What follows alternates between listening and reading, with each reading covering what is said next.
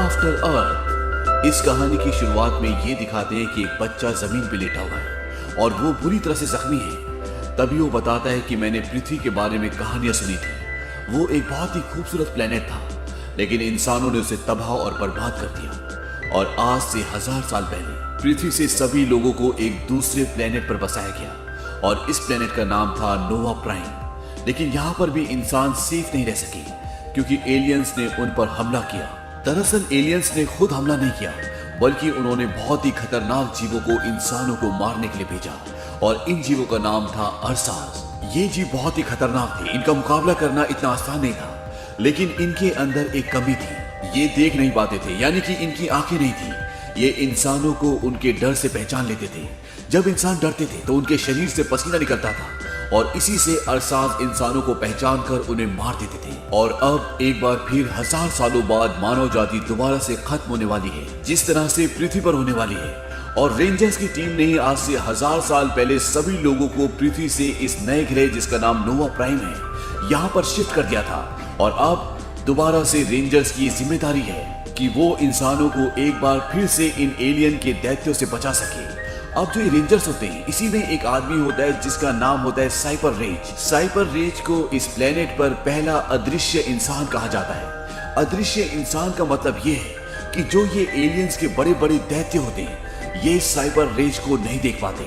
और इसका कारण ये होता है कि जब इसने उन एलियंस के दैत्यों पर हमला किया था तो उसके दिल में जरा सा भी खौफ नहीं था, और उसके खौफ न होने की वजह से उसके शरीर से पसीने की एक बूंद भी नहीं टपकती।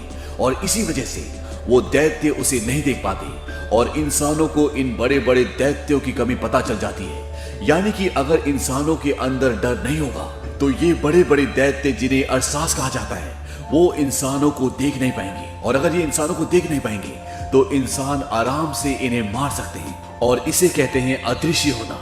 अब साइपर का एक बेटा भी होता है जो 9 साल का होता है, और वो भी एक रेंजर बनना चाहता है और उसके लिए टेस्ट भी देता है।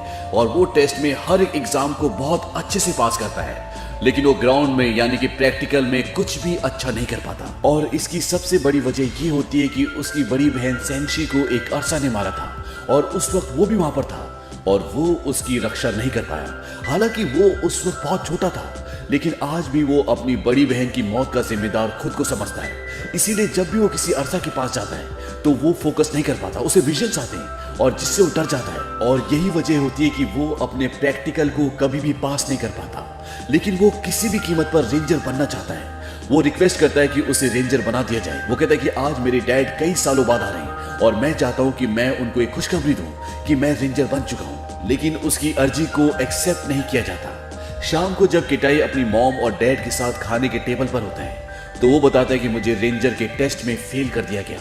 उसके डैड हमेशा उससे नाखुश रहते हैं। वो उससे एक पिता की तरह नहीं बल्कि एक रेंजर की तरह बात करते हैं। और इस बात से किटाई को बहुत दुख भी होता है क्योंकि वो अपने डैड के करीब आना चाहता है, उनसे बातें करना चाहता है, लेकिन उसके डैड के पास टाइम नहीं होता। अब साइपर अपनी वाइफ को बताता है कि मैं रेंजर्स को लेकर ट्रेनिंग के लिए एक दूसरे प्लेनेट पे जा रहा हूँ और ये मेरा आखिरी काम होगा। वापस आने के बाद मैं अपनी रिटायरमेंट की घोषणा कर दूंगा।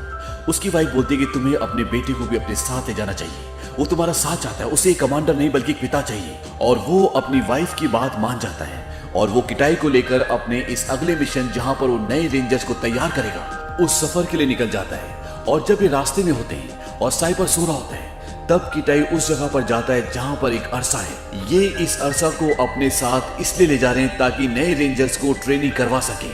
और अब किटाई उस जगह जाना चाहता है, उसे देखना चाहता है। हालांकि वहां पर जाना बैन होता है, लेकिन जब वहां पर जो सिक्योरिटी वाले होते हैं उन्हें ये पता चलता है कि वो साइपर का बेटा है तो वो उसे जाने की अनुमति देते हैं। हालांकि वो सब उसका मजाक उड़ा रहे होते हैं। और जब किटाई आगे बढ़ता है तो दोबारा उसे वही विजन्स आने लग जाते हैं जब एक अरसा ने उसकी बहन को मारा था और वो डरना शुरू हो जाता है। और उसके डर से अरसा पहचान जाता है कि उसके आसपास कोई है और वो घुर्राना शुरू कर देता है। लेकिन तभी वहां पर साइपर आ जाता है और वो उसे रोक लेता है। वहीं अब जब इनका स्पेसशिप आगे बढ़ रहा होता है तो इनके स्पेसशिप के आगे बहुत सारे उल्कापिंड आ जाते हैं और जिसकी वजह से इनका स्पेसशिप काफी हद तक डैमेज हो जाता है। इसीलिए साइपर बोलता है कि स्पेसशिप को लासिया ग्रह की तरफ मोड़ दो क्योंकि वो ग्रह यहाँ से सबसे नजदीक है। और वो ऐसे ही करते हैं। वो लासिया ग्रह की कमांड उस स्पेसशिप में डाल देते हैं और उनका स्पेसशिप उल्कापिंडों से टकराते टकराते वहां से निकल जाता है और इन्हें लगता है कि अब ये लासिया ग्रह के पास है। लेकिन जब ये कंप्यूटर पर चेक करते हैं तो वो लासिया ग्रह नहीं होता बल्कि कोई दूसरा ग्रह होता है। और कंप्यूटर इन्हें निर्देश देता है कि इस ग्रह पर उतरने की कोशिश ना करें, ये एक बहुत ही खतरनाक ग्रह है। यहाँ पर कई तरह के वायरस हैं, बहुत ही खतरनाक जानवर हैं और इस ग्रह पर उतरना कानूनी अपराध भी है। साइपर बोलता है कि इस ग्रह पर हम नहीं उतरेंगे, लेकिन उसके जो पायलट होते हैं वो कहते हैं कि अब हम इसे नहीं रोक सकते क्योंकि उल्का पिंडों से शिप को बहुत ज्यादा नुकसान पहुंचा है, जिससे उसका बीच का हिस्सा कुछ टूट भी गया है और इनका शिप उस ग्रह पर क्रैश हो जाता है। और क्रैश होने के बाद ये दिखाया जाता है कि इस स्पेसशिप में जितने भी लोग होते हैं सब के सब मारे जाते हैं और यहाँ पर सिर्फ 2 ही लोग बचते हैं, एक साइपर जिसके दोनों पैर टूट चुके हैं, अब वो चल नहीं सकता, और दूसरा उसका बेटा किटाई। किटाई बिल्कुल ठीक होता है और साइपर अपने बेटे को ऊपर से कुछ लाने के लिए बोलता है। वो कहता है कि इससे हम संदेश पहुंचा सकते हैं ताकि हमें लोग बचाने के लिए आ जाएं। लेकिन जब वो उस चीज को उसके पास लाता है तो वो टूट चुकी होती है।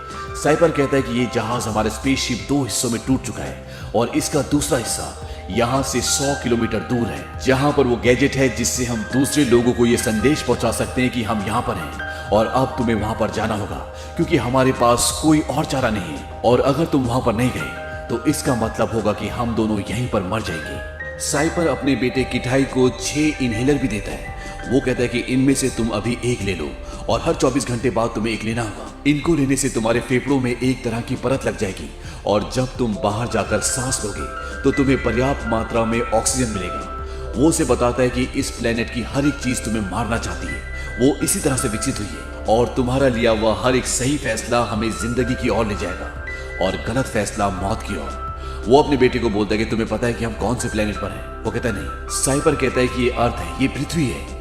आज से 1000 साल पहले इंसान यहाँ पर रहा करते थे, लेकिन अब इंसान इस वातावरण में नहीं रह सकते। इसके साथ साथ वो अपने बेटे को ये भी बोलता है कि तुम्हारे सूट में हर तरफ कैमरास लगे हुए हैं, इसीलिए मैं तुम्हारे आसपास की हर एक चीज को देख सकता हूँ। और वो उसे अपना एक वेपन भी देता है और इस वेपन में कई सारे अलग अलग तरह के ब्लेड्स निकल सकते हैं जो तुम्हारी रक्षा करेंगे। और इसके बाद किटाई अपने सफर पर निकल पड़ता है। पृथ्वी इस वक्त पूरी तरह से हरी भरी होती है, यहाँ पर अनेकों प्रकार के पशु पक्षी भी होते हैं, लेकिन ये वातावरण और यहाँ के पशु पक्षी हर कोई इंसान को मारना चाहता है, ये सब हिंसक हैं और ये हाल पृथ्वी का इंसानों ने किया होता है। किटाई जब आगे जाता है तो उसके डैड उसे बताते हैं कि तुम्हारी तरफ कुछ आ रहा है। किटाई इस बात से डर जाता है और कुछ ही पलों के बाद उसके सामने एक बहुत बड़ा बंदर आता है। दरअसल ये अब पहले जैसे बंदरों की तरह नहीं है, ये खूंखार है। उसके डैड बोलते कि उसे कुछ मत करना, शांत रहो, लेकिन किटाई उसे भागने के लिए कहता है और जब वो नहीं भागता तो किटाई उससे एक पत्थर मारता है और इसके बाद वो बंदर आवाज लगाता है और वहां पर उसी की तरह बहुत सारे और भी बंदर आ जाते हैं और वो किटाई पर हमला करना चाहते हैं। किटाई के डैड बोलते कि पीछे की तरफ भागो, यहाँ से 250 मीटर दूर एक नदी है। और अब किटाई भागना शुरू करता है और वो सारे के सारे बंदर उसको मारने के लिए उसका पीछा करते हैं, लेकिन किटाई किसी तरह से उस नदी में कूद जाता है और इस तरह से उसकी जान बच जाती है। लेकिन नदी पार करने के बाद भी किटाई लगातार भाग रहा होता है। उसके डैड बोलते कि तुम बेवजह भाग रहे हो, तुम्हारे आसपास कोई भी नहीं है, लेकिन किटाई डरा हुआ होता है इसीलिए वो भाग रहा होता है। और उसके डैड के चिल्लाने पर, गुस्सा करने पर किटाई रुक जाता है, लेकिन अभी भी उसके चेहरे पर डर होता है। तभी साइपर बोलते कि तुम्हारे खून में बदलाव आ रहा है।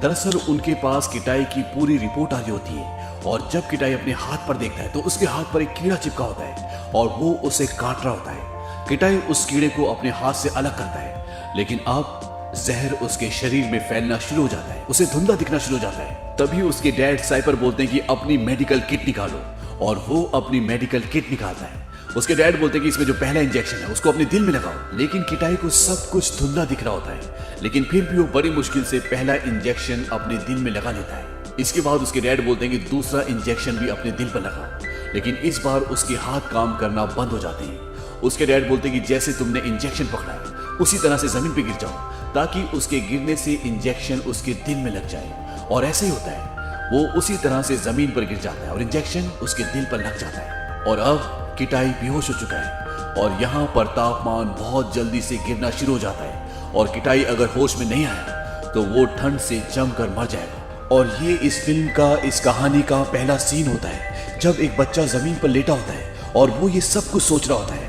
अब कहानी आगे चलती है और उसके डैड बोलते कि अपनी आंखें झपकाओ।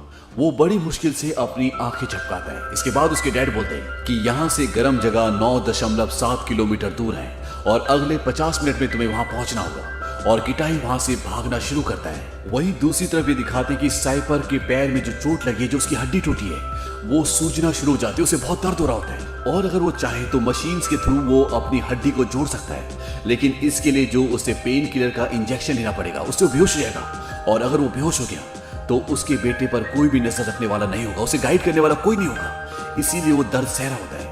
और साथ ही साथ उसको अपनी बड़ी बेटी भी याद आ रही होती है जिसे एक अरसा ने मार दिया था।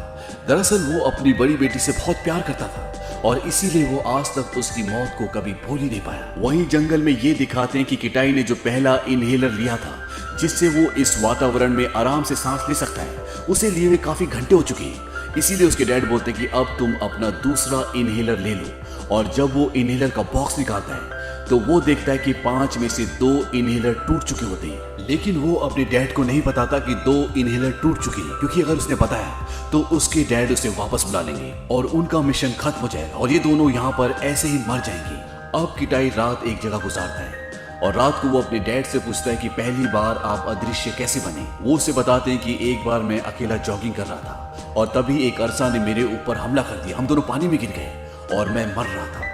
मुझे लगा कि अब मैं जिंदा नहीं बचूंगा और तभी मैंने ये फैसला किया कि उस अरसा का नाखून जो मेरे कंधे पर है मैं उसे निकाल दूंगा और मैंने उसे निकाल दिया और पानी से बाहर आ गया। और उसके बाद वो अरसा भी पानी से बाहर आ गया क्योंकि वो मुझे मारना चाहता था, लेकिन उस वक्त मैं बिल्कुल भी खौफ में नहीं था, इसीलिए वो अरसा मुझे ढूंढ नहीं पा रहा था। और उस वक्त मुझे इस सच्चाई का पता चला कि हमारी जिंदगी में परेशानियां मुसीबतें आती हैं, लेकिन डर को हम चुनते हैं और हमारे डर से, हमारी घबराहट से अरसा को हमारी मौजूदगी का पता चल जाता है। और इस विचार के बाद हम इन एलियंस के दैत्यों से, जिन्हें हम अरसास कहते हैं, उन्हें हराने के काबिल बन सके। अब सुबह किटाई आगे बढ़ता है और वो एक झरने के पास पहुंच जाता है। उसके डैड उससे पूछते हैं कि तुम्हारे पास अभी क्या क्या सामान बचा है। वो कहता है कि मेरे पास आधी दवाइयां बची है, पूरी रोशनी बची है और मेरे पास 4 इनहेलर बचे हैं। लेकिन इनहेलर को बताने से पहले वो थोड़ा सा रुक जाता है। उसके डैड को शक होता है। वो बोलते हैं कि मुझे इनहेलर दिखाओ और जब वो दिखाता है तो वो देखते हैं कि उसके पास 2 ही इनहेलर बचे हैं और इन दोनों के साथ वो अपनी मंजिल तक नहीं पहुंच सकता। उसके डैड बोलते हैं कि तुम वापस आ जाओ, ये मेरा ऑर्डर है। और इसके बाद किटाई को वो लम्हा याद आता है जब उसकी बहन और वो कमरे में थे और वहां पर एक अरसा आ गया था। उसकी बहन ने उसे एक बहुत बड़ी बॉल के अंदर बंद कर दिया था और उसे कहा था कि मेरा ऑर्डर है, तुम यहाँ से बाहर नहीं आओगे। और वो बाहर नहीं आता और उसकी बहन को अरसा मार देता है। हालांकि किटाई उस वक्त बहुत छोटा था, लेकिन फिर भी वो अपने आप को अपनी बहन की मौत का कारण समझता है और वो अपने डैड को बोलता है कि मैं जा सकता हूँ। उसके डैड उसे मना करते हैं क्योंकि इतनी ऊंचाई से कूदने के बाद वो वापस नहीं आ सकता, क्योंकि ये झरना बहुत ऊंचा होता है। लेकिन किटाई अपने पिता का ऑर्डर नहीं मानता और वो उस ऊंचे झरने से कूद जाता है। अब जो उसने सूट पहना होता है वो एक फ्लाइंग सूट बन जाता है और जब ये हवा में तैरता हुआ नीचे उतर रहा होता है तभी उसके डैड बोलते हैं कि तुम्हारे पीछे कोई आ रहा है। और जब किटाई पीछे देखता है तो उसके ऊपर से एक बहुत बड़ा पक्षी उसे खाने के लिए आ रहा होता है। लेकिन किटाई किसी तरह से अपने आप को बचाता हुआ नीचे उतरता है, लेकिन वो पक्षी उसे पकड़ लेता है और जब किटाई को होश आता है तो वो उस विशाल पक्षी के घोंसले में होता है जहां पर उसके छोटे छोटे बच्चे भी होते हैं। और इसके बाद वहां पर बहुत बड़े बड़े जानवर यानी लेपर्ड जैसे जानवर आ जाते हैं और वो उस विशाल पक्षी के बच्चों को खाना शुरू कर देते हैं। लेकिन किटाई उनकी जान बचाना चाहता है, इसीलिए वो जानवरों को भगाना चाहता है, लेकिन वो जानवर उस पक्षी के लगभग सभी बच्चों को मार देते हैं। हालांकि किटाई पूरी कोशिश करता है, लेकिन वो उन बच्चों को नहीं बचा पाता और इसके बाद वो नीचे उतर जाता है। वो बड़ा पक्षी इसके बाद किटाई को कुछ नहीं करता और किटाई यहाँ से अपने आगे के सफर पर निकल जाता है। लेकिन अब किटाई का अपने डैड से संपर्क टूट चुका है, वो उनसे बातें नहीं कर सकता। यहाँ पर उसके डैड को एक और चीज दिखती है। दरअसल उन्होंने वहां पर फ्लाइंग कैमरास भी छोड़े होते हैं और उन कैमरास में उन्हें दिखता है कि उनके जो बाकी के क्रू के मेंबर्स होते हैं उन्हें किसी ने मार दिया होता है और उन्हें मारा होता है अरसा ने। दरअसल जिस अरसा को ये प्रैक्टिस के लिए अपने साथ ले जा रहे थे अब वो छूट चुका है, लेकिन किटाई को ये बात नहीं पता और उसके डैड उसे बता नहीं सकते क्योंकि इन दोनों का संपर्क टूट चुका है। वहीं दूसरी तरफ किटाई बहुत लंबा सफर तय करता है और अब एक बार फिर से उसका ऑक्सीजन खत्म होना शुरू हो जाता है और उसके पास सिर्फ एक ही इनहेलर बचा है और वो उसे भी इस्तेमाल कर लेता है। और जब वो आगे बढ़ता है तो वहां पर टेम्परेचर गिरना शुरू हो जाता है, वहां पर टेम्परेचर लगातार कम हो रहा होता है और ठंड इतनी ज्यादा बढ़ जाती है कि किटाई बेहोश हो जाता है। तभी ये दिखाते हैं कि वहां पर कोई आता है, लेकिन किटाई को कुछ भी दिख नहीं रहा होता। और जब सुबह उसकी आंखें खुलती हैं तो वो देखता है कि उसके चारों तरफ लकड़ियां होती हैं और जब वो वहां से बाहर निकलता है तो वो देखता है कि उन लकड़ियों के ऊपर वही विशाल पक्षी लेटा होता है जिसके बच्चों को उसने बचाने की कोशिश की होती है। लेकिन वो पक्षी पूरी रात ठंड में पड़े होने की वजह से मर चुका होता है, लेकिन उसने अपनी जान देकर किटाई की जान बचा ली होती है।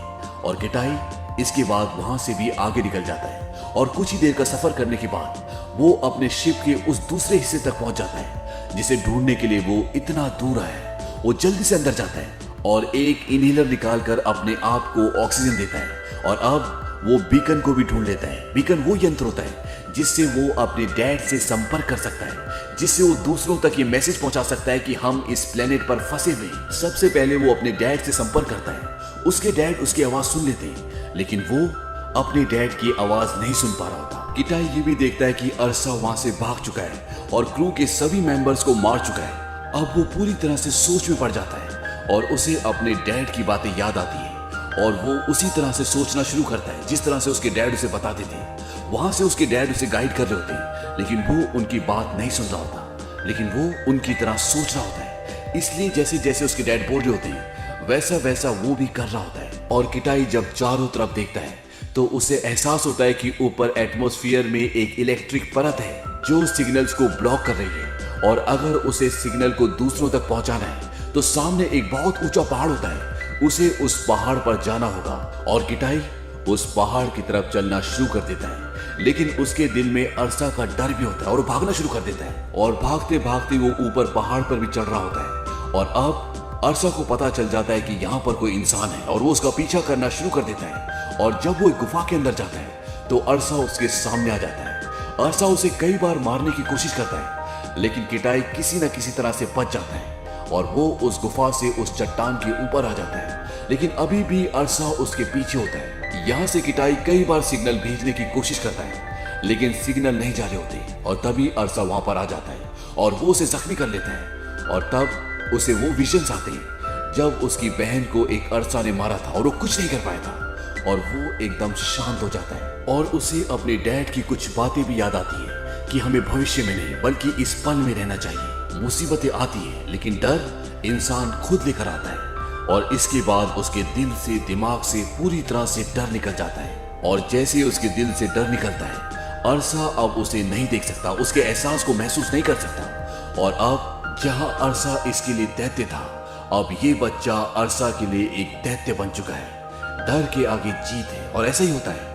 वो अरसा को बहुत बुरी तरह से मार देता है और इसके बाद उसके पास जो बीकन होता है वो उससे अपने लोगों को ये इंडिकेशन भेजता है कि हम अर्थ पर फंसे हुए और वहां से लोग आते हैं और इन दोनों को यहाँ से बचा कर ले जाते हैं। और अंत में ये दिखाते हैं कि किटाई और उसके पिता के बीच में जो दूरियां होती हैं वो भी अब पूरी तरह से खत्म हो चुकी है। साइपर जख्मी होने के बाद भी अपने पैरों पर खड़े होकर अपने बेटे को सैल्यूट करते हैं क्योंकि उन्हें अपने बेटे पे गर्व है।